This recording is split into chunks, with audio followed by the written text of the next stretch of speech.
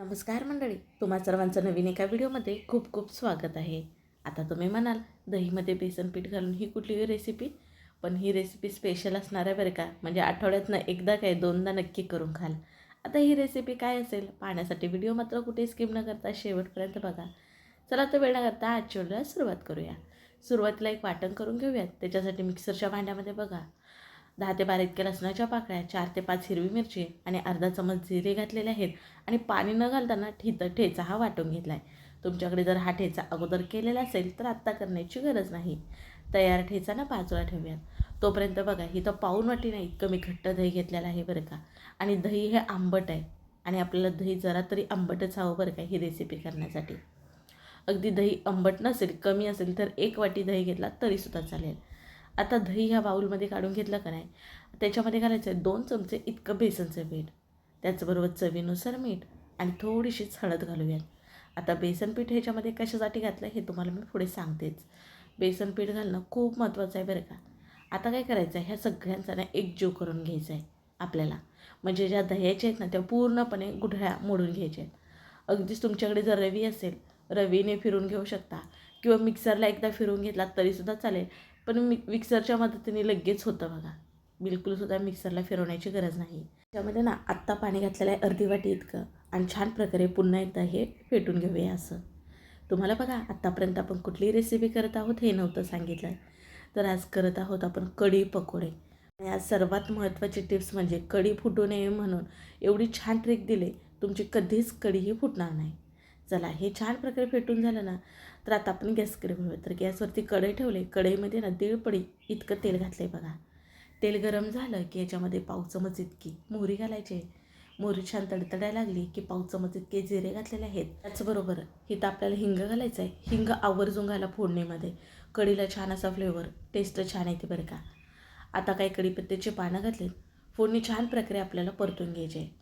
आणि आता आपण जो तयार केलेला ठेचा होता ना तो घालून घेऊयात. संपूर्ण इथं ठेचा वापरत नाही, अर्धा ठेचा इथे वापरणार आहे आणि अर्धा पुढे वापरणार आहे. पुढे तुम्हाला सांगतेच.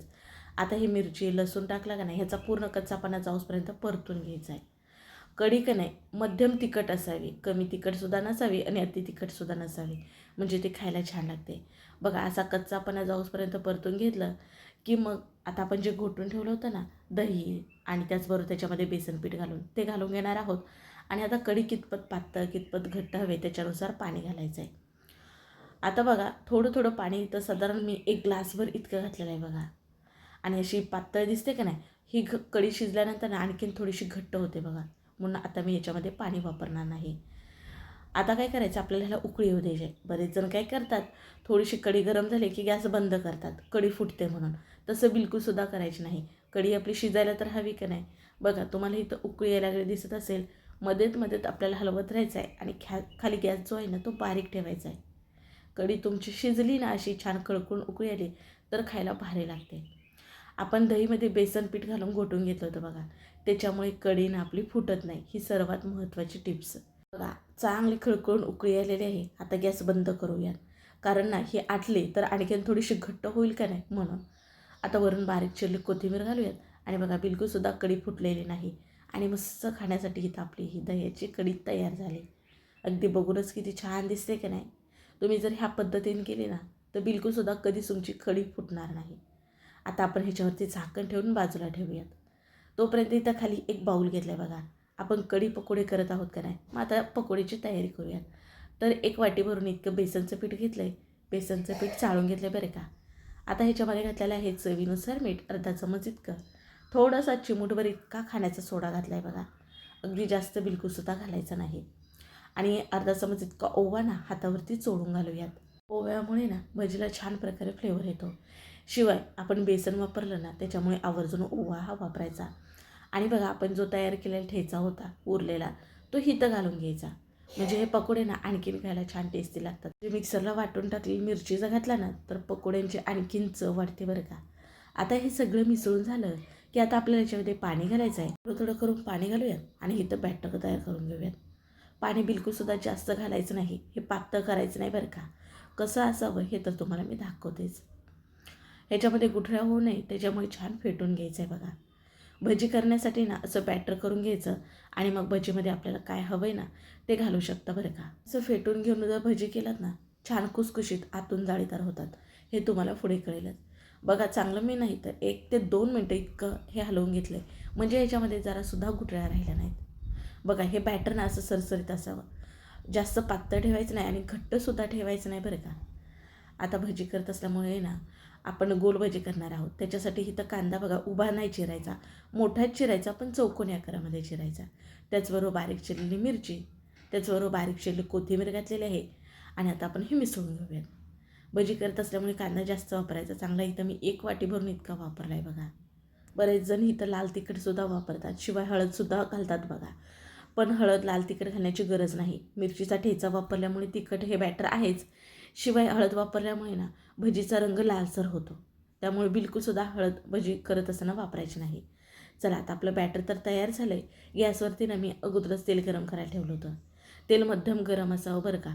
कडकडीत जर तेल गरम असेल तर भजी टाकल्या ना रंग लगेच येईल पण आतनं कच्चे राहतील, त्यामुळे मध्यम गरम असावं.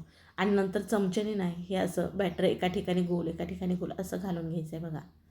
कढईमध्ये जितके मावतात ना तितकी भजी तुम्हाला सोडून घ्यायची आहेत. आता इथं मी जास्त सोडलेले नाहीत, जरा कमीच सोडलेत बघा, म्हणजे भजी आपली ना तेलात टाकल्यानंतर ना फुलली जातात. एक बाजू भाजल्यासारखी वाटली की आता आपण ही पलटी करून घेऊयात आणि मस्त गॅस हा मध्यम तो कमी ठेवायचा आणि छान तांबूस रंग येऊसपर्यंत आपण हे तळून घेऊयात. कारण आतमध्ये कच्चे राहायला नको का नाही, म्हणून छान तळून घ्यायचे बघा. बघा अगदी दिसण्यावरूनच तुम्हाला समजत असेल काय भारी हे भजी झालेले आहेत. आता हे भजी तळून झाले, आपण काढून घेऊयात. जितका वेळ तुम्ही तेलामध्ये तळून घ्याल ना हलका क्रिस्पीपणा ह्या भज्यांना वरून येतो, त्यामुळे छान तळून घ्यायचे. अगोदर बघा मग मी चमच्याने हे भजे सोडून तळून घेतले होते, तुम्ही ह्या पद्धतीने हाताने सुद्धा सोडून घेऊ शकता बरं का. अगदी छान गोल गरगरीत भजी होतात. जास्त मोठी घालायची नाही, मध्यमच घालायची जरा छोटे, कारण ना आपण ह्याच्यामध्ये थोडा सोडा वापरल्यामुळे भजी ही फुलली जातात. आता हे कढीचे पकोडे आपण केलेत का नाही त्याला आम्ही भजी म्हणतो, पण बरेच जण बघा वेगवेगळ्या पद्धतीत करतात, म्हणजे ह्याच्यामध्ये बिलकुलसुद्धा कांदा वापरत नाहीत, कढीसोबत खाण्यासाठी तसे पकोडे करतात. पण कांदा टाकून केल्यामुळे नाही ही भजी खायला छान टेस्टी लागतात बरं का. अगदी तुम्हाला नसतील आवडत नाही टाकून केलात तरीसुद्धा चालेल. आता सर्व जे भजी आहेत नाही तर तळून घेतलेत आणि तुम्हाला मोडून दाखवते. बघा अगदी छान आतून जाळीदार झालेत का नाही. आणि हे भजी ना तुम्ही जर ह्या पद्धतीने केला तर बिलकुलसुद्धा तेलकट होत नाहीत बरं का, 1% आणि रंग देखील बघा अगदी छान भजींना आलेला आहे. आपण घेतलेल्या पिठापासून ना चांगले 2 डिश भरून इतके हे आपले पकोडे झालेत बघा, बघू शकता इथे. मस्त गरमागरम पकोडे आहेत, गरमागरम इथं आपली कढी तयार आहे. आणि कढी बघा बिलकुलसुद्धा फुटलेली नाही, छान अगदी दाटसर झाले. तुम्हाला नेहमी भातासोबत खायची असेल तर अशीच कढी करू शकता बरं का. आता ह्या तुम्हाला जर आत्ता कढी पकोडे खायचे असेल त्यावेळेस तुम्ही ना हे पकोडे कढीमध्ये घालू शकता, पण आत्ता आम्ही सध्या खाणार नाही, जेवणासाठी अजून खूप वेळ आहे, त्याच्यामुळे मी सगळे पकोडे काही इथं कढीमध्ये घालणार नाही. थोडेफारच येतं ना मी तुम्हाला घालून दाखवते. ज्यावेळेस तुम्हाला खायचे आहेत ना त्यावेळेस थोडीशी कढी गरम करायची आणि त्याच्यामध्ये हे पकोडे सोडून द्यायचे. नंतर जरी तुम्ही कढी गरम केली तरीसुद्धा फुटत नाही बरं का. एकदा नक्कीच करून बघा. मी नेहमी आपण जेवणामध्ये चपाती भाकरी हे खातोच, पण नक्की गरमागरम भात आणि मस्त हे कढी पकोडे जर असतील तर आणखीन काय हवं. नक्कीच हा बेत करून बघा. मग कसा वाटला आजचा व्हिडिओ नक्की कमेंटमध्ये सांगा. व्हिडिओ जरासुद्धा वाटला तर पटकन एक लाईक ठोका. व्हिडिओ शेअर करा मित्र मैत्रिणी परिवारामध्ये, म्हणजे ते सुद्धा करून पाहतील. आणि तुम्ही असेच नवनवीन व्हिडिओ पाहण्यासाठी आपल्या चॅनलला जरूर सबस्क्राईब करा. मग पुन्हा भेटू अशा नवीन एका रेसिपीमध्ये. तोपर्यंत बाय.